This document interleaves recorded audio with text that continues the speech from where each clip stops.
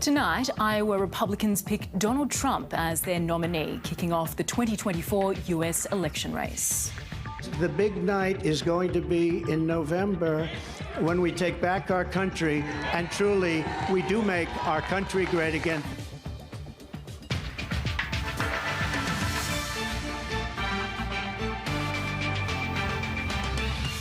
A deadly day on the state's roads, 5 people killed, including 2 teenagers.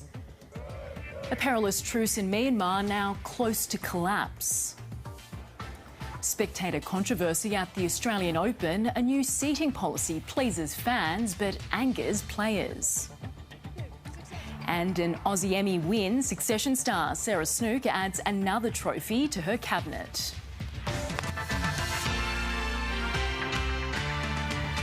Good evening, Lydia Feng with ABC News. Donald Trump has won the first big test of the US election year, taking out the Iowa caucus by a huge margin. The former US president beat his main rivals, Nikki Haley and Ron DeSantis, with the Florida governor coming a distant second tonight. North America correspondent Jade McMillan reports from Des Moines, Iowa. A resounding victory for the overwhelming favourite. Donald Trump easily beat his Republican rivals in Iowa, picking up more than 50% of the vote. We want to thank the great people of Iowa. Thank you. We love you all. In some areas, it was over before it began. Voters at this high school gym outside Des Moines hadn't even cast their ballots before US networks started calling the race for the former president. CNN projects that Donald Trump will win the Iowa caucuses. A furious Ron DeSantis described the declarations just half an hour into the caucuses as election interference.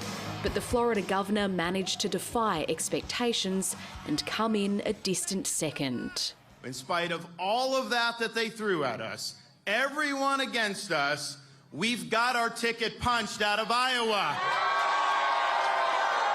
Iowa has been in the national spotlight for months, but attention has already moved on to the next stage of this race, with Republicans in New Hampshire voting next week.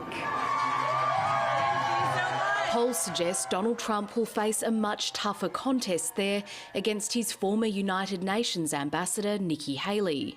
Tonight, I will be back in the great state of New Hampshire. And the question before Americans is now very clear. Do you want more of the same? But there'll be one less candidate moving on from Iowa after the 4th-placed Vivek Ramaswamy dropped out. There is no path for me to be the next president. Donald Trump will head to New Hampshire after stopping in New York for a defamation trial brought by a woman he's been found liable to have sexually abused. Neither that case nor the 4 sets of criminal charges he's facing have shaken the support of his many backers. Jade McMillan, ABC News, Des Moines, Iowa.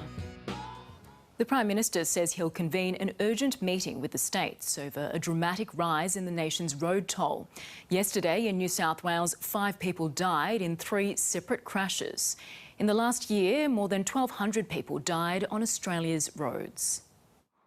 Dozens of teenagers gathered in grief, staring at the site where 2 young friends lost their lives. Hours earlier, their Nissan sedan slammed into a power pole in Sydney's northwest after colliding with another car. Speed may be a factor where the Nissan has lost control and crashed into the rear of a Ford Falcon. 2 teenage boys who were passengers in the car died at the scene. The 17-year-old driver was taken to hospital with serious injuries but is expected to recover. Upon his discharge, Crash Investigation Unit officers will be interviewing him. The crash happened at 9:40 p.m. 4.5 hours earlier, a man and a woman were killed when their car crashed into a truck in Hay. And a little over 2 hours before, a 77-year-old man was killed when his station wagon hit an SUV in Cowra. Police say the underlying cause of all 3 crashes was driver error, and there are calls for specific data on the cause of every fatal crash to be made public so experts can analyse how to prevent them. New data released this week shows more than 1,200 people died in crashes across the country last year. That's an increase of 7% on the year before. Doctors say an increase in hospitalisations is also having an impact on other types of surgery. Each hospital has a set number of intensive care unit beds. It has a set number of theatres, and therefore if there is more emergency work and more trauma to be done, then something has to give. The federal government says it's working on a national strategy. The road toll has been increasing, there is no doubt about that, and some states are doing a little better than others. Driver behaviour and personal responsibility are important factors as well. Getting that message across is absolutely critical. A message that could save lives. Leah Harris, ABC News, Sydney. Another 2 people have been hospitalised with serious injuries following a separate crash on the outskirts of Sydney. Police say a stolen tip truck collided with another truck near Windsor early this morning, causing a shipment of pumpkins to spill out onto Richmond Road. The 2 drivers were trapped in their vehicles for an hour before being freed by emergency services. One of them is in a critical condition after being taken to Westmead Hospital by helicopter. The other driver is in a stable condition. Richmond Road has now reopened in both directions following hours of traffic chaos. There are calls for urgent reforms to the approvals process for offshore gas projects. It comes after a decision this week to give Santos the green light to build an underwater pipeline near the Tiwi Islands off the Northern Territory. Relief for Santos, but a blow to Tiwi Islanders and environmental groups opposed to the project. With federal court approval, the $5.7 billion Barossa gas project will proceed, but the costly court battle has revealed uncertainty around the requirements for consulting First Nations clans, exposing other projects to similar legal action. The regulatory uncertainty is still there, and there's scope for more challenges to be brought against Barossa and other projects all across the country. The last-minute injunction sought by Tiwi Islands elders last year cost Santos millions of dollars every week, raising doubts among countries that rely on Australian gas over whether the project would be going ahead at all. We have our long-standing trade partners like Japan, China, South Korea, Singapore, voicing concerns in a way we've never heard them do it. Federal Resources Minister Madeleine King has acknowledged the approvals process for offshore projects is in need of reform and says her office is working on clarifying the rules around consultation with local communities to remove uncertainty for the sector. The ABC understands the vast majority of gas from Santos's Barossa project will be sold as LNG overseas. Australia supplies around 40% of Japan's LNG, and so we're a crucial trading partner. And as concerns grow over Australia's role in climate change, it's likely Greens groups will continue targeting high-emitting projects. Barossa is one of the highest carbon dioxide emitting projects in the LNG projects in the world. That is why it's in the crosshairs of environmental organisation. One battle in a much bigger energy war. Samantha Dick, ABC News. It's been a big week for Australian actor Sarah Snook. She's won a Golden Globe, a Critics' Choice Award, and tonight she sealed the trifecta with an Emmy. Hollywood finally came together for the 75th Emmy Awards, delayed from last year by the writers' strike. Honouring the prime of prime time. The shows that kept us glued to the tube. Hosted by comedian Anthony Anderson, with a novel way of getting celebrities to wind up their acceptance speeches. This year, I've got something that nobody can ignore. My mama. Australian actress Elizabeth Debicki missed out for her portrayal of Princess Diana in The Crown. Instead, Best Supporting Actress in a Drama Series went to Jennifer Coolidge for her role in The White Lotus. Thank you for giving me this opportunity to play this incredible character, and he says I'm definitely dead, so I'm going along with it. I know I'm getting wrap it up. Okay, yes, okay. Baby. Yes, and I just... I love you, baby, but time. Okay, guess what? Succession. It was the media dynasty drama Succession about the cutthroat Roy family that triumphed. with 6 awards, including the prestigious Best Drama trophy. We are so honoured. We've loved making this show. Thank you very much indeed. Stellar cast. I must make special mention to my on-screen wife, Sarah Snook. Sarah Snook, Succession. Australian Sarah Snook took home the Best Actress trophy, paying tribute to her parents. Thank you for having a dress-up box when I was a kid. I think this is where it gets you. And her young daughter. It's all for you from here on out. Thank you. Both The Bear and Beef won 5 awards each. Ali Wong. Ali Wong becoming the first woman of Asian descent to win an Emmy in a lead role. Cheers! And in a nod to the past... Anthony, thank you for getting us all here. Being together brings back some great memories of a show we're all very proud of. Celebrating not only today's best in television, but also remembering loved classics. Joni Jones, ABC News. Coming up on 7:30, the Thai national who spent 51 days as a hostage in Gaza.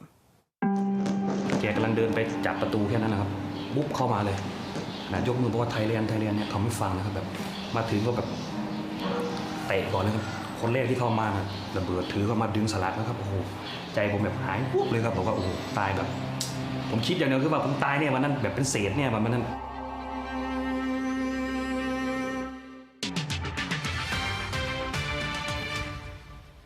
A ballistic missile fired by Yemen's Houthi rebels has struck a US-owned container ship in the Gulf of Aden. The attack further escalates tensions in the Red Sea, where the rebels have been targeting vessels it says are linked to Israel. The Houthis say they're expanding their targets after US and British airstrikes on their positions in Yemen. A military spokesman says American and British ships are now all considered to be hostile. The Yemeni armed forces emphasise that the response to the American and British offences is certainly coming, and any new aggression won't pass without a response and punishment. A days-old ceasefire halting Myanmar's vicious civil war is already showing signs of collapse. The deal was brokered after the military faced its heaviest losses since seizing power in a coup in 2021. But rebel groups say the junta is now launching fresh attacks in Myanmar's northeast. Commander Mong Song Kar is an unlikely warrior in a war he never wanted. I don't truly have a yearning for the life of a soldier. Becoming one is an unfortunate trick of fate in this journey. Once an anti-war poet, he's now on the front lines of a civil conflict that's raged in his country since Myanmar's military seized power in a coup almost 3 years ago. Being an armed resistance fighter is just a temporary phase of my life. I find it challenging to sit and write poetry. The junta has killed thousands and imprisoned hundreds more.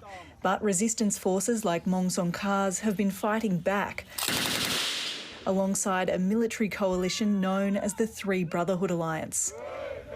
Last week, that alliance agreed to a ceasefire with the military after achieving its biggest victories yet, forcing the junta to surrender several towns, including scam city Laokai, near the Chinese border. When you combine the mass surrenders and defections with the battlefield losses that the military junta has been experiencing throughout the country in recent months, it paints an unprecedented picture. What we are seeing is the Myanmar military being forced to make some very difficult, some very painful choices about where it stands and fights and where it just retreats. Human rights groups say they've been collecting evidence of possible war crimes. A spokesperson for the Department of Foreign Affairs said the Australian government strongly condemns the ongoing repression and violence by the Myanmar regime and supports measures to ensure accountability for international crimes committed in Myanmar. Mong Song Kar still writes poetry when he can, but no one knows how this story ends. Even if I were to perish in the armed revolution, I wish to be remembered as a poet on my tombstone. Lauren Day, ABC News.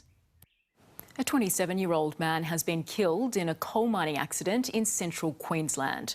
The worker was pinned between 2 vehicles in Saraji mine. Hannah Walsh reports.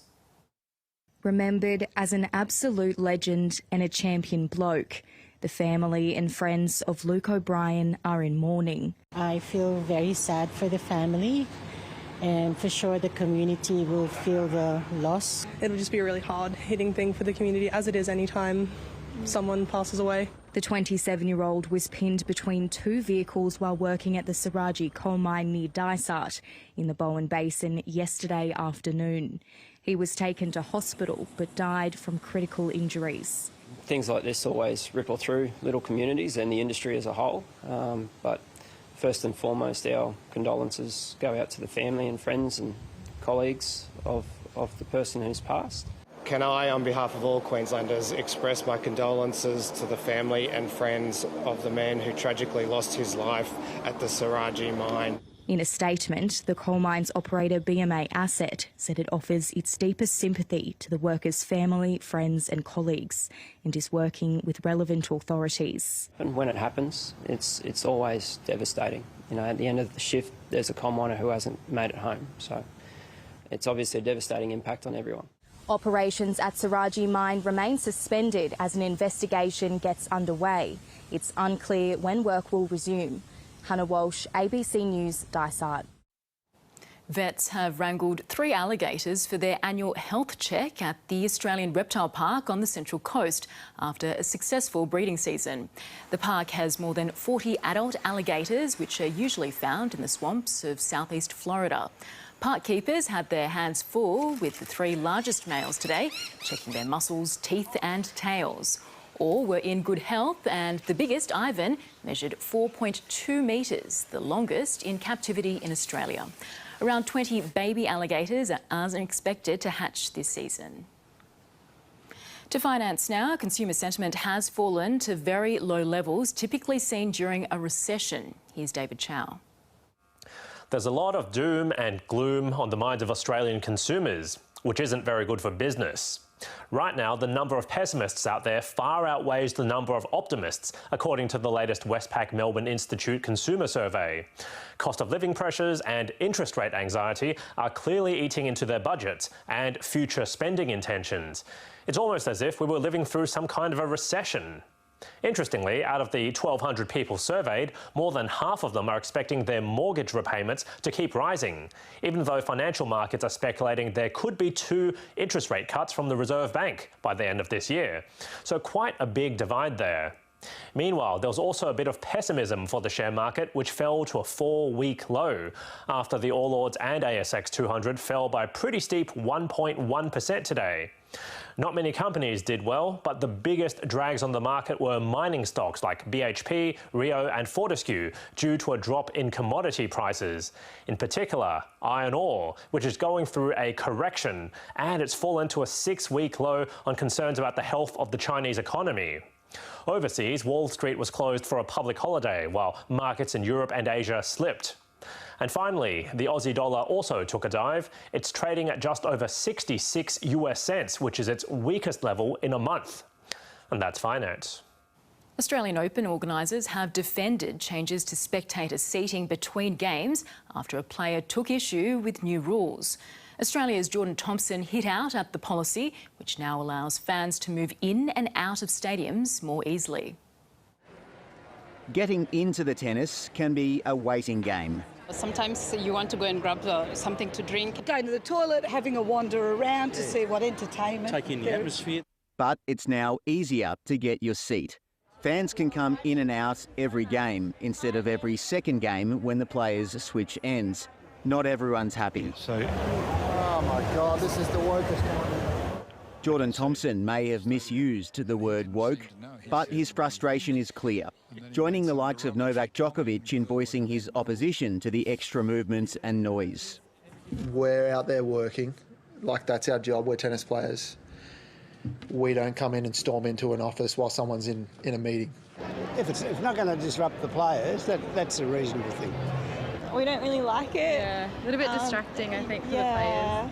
On the sides of the courts, I'm in favour, and I've been saying this now for a year or so, that should be open. People should be able to come and go as they please, as if they're going to a basketball or a football game. Fans brought the noise for Australian Max Purcell. There it is.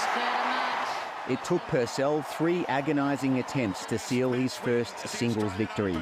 James McCabe has been knocked out in 4 sets in his slam debut, and fellow Australian wildcard Lydia was no match for former US Open champion Sloane Stephens. The top women's seed is also through to the second round. Iga Swiatek passing a tough test against former champion Sofia Kenin. Another former champion, Naomi Osaka, gave a frank assessment of her Grand Slam comeback. Of course, there's a voice in my head, so that's who are you to think that you can come back and immediately start winning matches? Osaka, who gave birth to her first child in July, lost to Caroline Garcia in her return to a major tournament. Tom Maddox, ABC News, Melbourne Park. The West Indies have named 3 debutantes for the opening test at Adelaide Oval tomorrow, and captain Craig Brathwaite expects them to show plenty of fight. Australian captain Pat Cummins says he doesn't know what to expect from the visitors, but he's backed both Steve Smith and Cameron Green to perform in their new roles for the home side. Steve Smith puts in some final touches as he begins a new chapter of his career as a test opener. It's a new challenge for him, which I don't think you can underestimate. I've never seen him, it's as happy and as energetic. I've seen him around the nets the last couple of days. He can't wait to get out there. Pat Cummins today confirming Smith will open against the West Indies, while Cameron Green comes into Smith's place at number 4. The Australian captain says he's confident Green will fire in his position and has no doubt Smith will extend his career as an opener. Our intention isn't just to give this a test or two and see how it goes. We want to make sure it's a shift that's pretty much permanent, and we want to give it a good crack, and not only for Steve but for Green and the rest of the order. It's a new position for him, so we like to come out in as hard as possible. We got to come at all the batsmen. Australia's side looked relaxed in its final net session today and even mixed with some fans, signing autographs for one lucky supporter on his 10th birthday. What does your sign say? It's my birthday, can I please have your autograph? The West Indies also took the field this afternoon with Kavem Hodge and Justin Greaves, along with paceman Shamar Joseph, named to play their first tests. Captain Craig Brathwaite expects them to show plenty of fight. They're here playing. And, performance, is always important. So, I urge each player to go out there and make a name for yourselves and, play Test cricket for the next 10 years. Simple. The West Indies go into the match as heavy underdogs, having not beaten Australia in a test in almost 21 years. Cameron Slesser, ABC News. Australian rider Sam Welsford has outlasted some well-credentialed sprinters to win the opening stage of the Tour Down Under. There were several falls as riders had to negotiate hot conditions in the Barossa Valley. With temperatures already well into the 30s, cyclists faced a tough 144-kilometre stage. The first day of the international season with early breakaways and spills featuring before teams positioned for the first 3-second sprint bonus. Wow, that's a good result for Finn Fisher-Black. He gets the points. Gusty winds were making conditions tough for cyclists. Picking up last time round, that windmill was barely turning. As Louis Barre and George Zimmerman went out on their own. While Barre won the King of the Mountain honours, it was Zimmerman who took out the second sprint bonus. But the pair was eventually reeled in by the peloton, with the pressure turned up as the teams positioned for the run home to the finish. Not all were going to be competing for top honours. Oh, we had a crash. That's Jackson Medway from the Australian national team who's gone down there. The speed was on as the peloton zeroed in on the finish line, with sprinters including Caleb Ewan ready to roll. However, he's been battling illness this week and wasn't able to challenge. It is Welsford on the line. Yeah, wow. That was crazy. I'm lost for words. It was really hairy down the hill. Lots of crashes and near misses, but boys just kept calm, be patient, and wow, they did an amazing job for me today. Not a bad first day on the job for his new team, Bora Hansgrohe. It'll be a tough ask to back it up on stage 2 tomorrow, 141 kilometres from Norwood to Lobethal in the Adelaide Hills. Matthew Smith, ABC News. Athletes around the world are deep into qualifying events for this year's Paris Olympics. Among them are 2 young Australians. They have big plans to represent the nation and their generation as the Games turn to street sports to try to attract a new audience. Here. Chloe Cavell is kick-flipping her way to the top. The 13-year-old skateboarder went from 5th to 4th ranked in the world at the recent WST Street World Championships in Tokyo. She's been training hard near her home in Tweed Heads. Yeah, I've been skating pretty well lately. I just landed a new trick yesterday.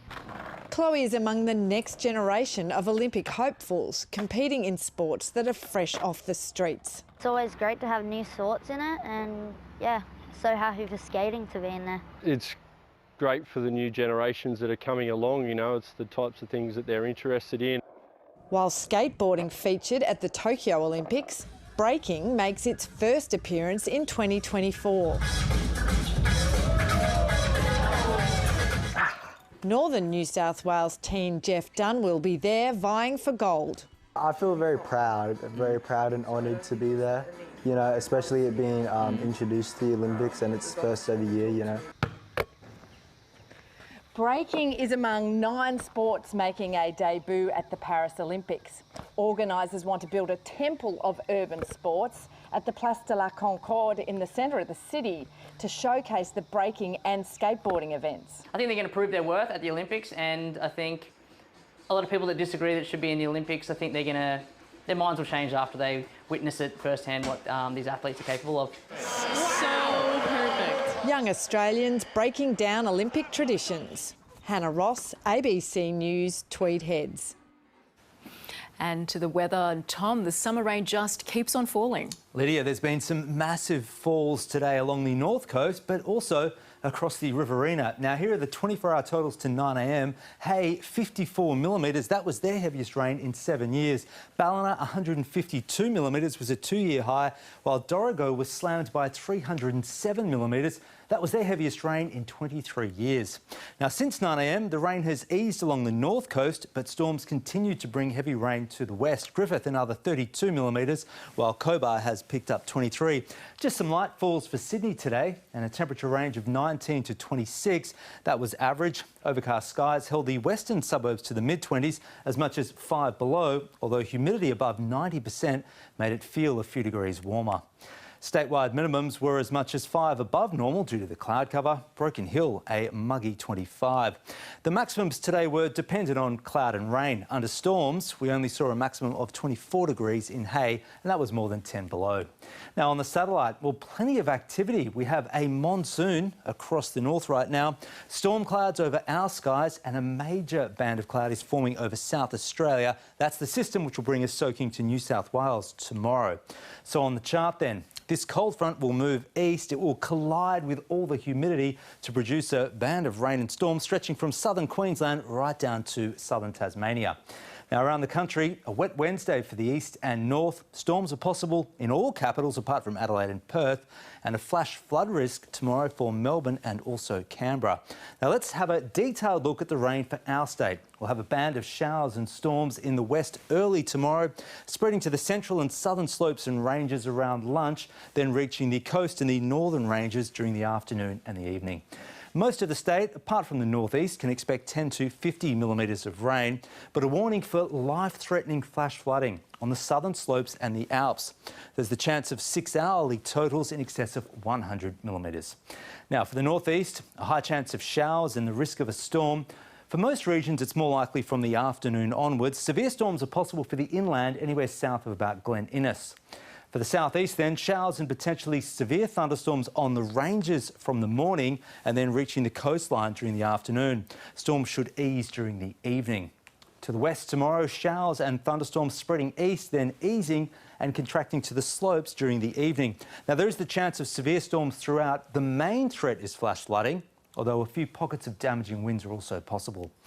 On the waters then, strong winds south from about the Hunter and the seas will climb up to around 2 metres.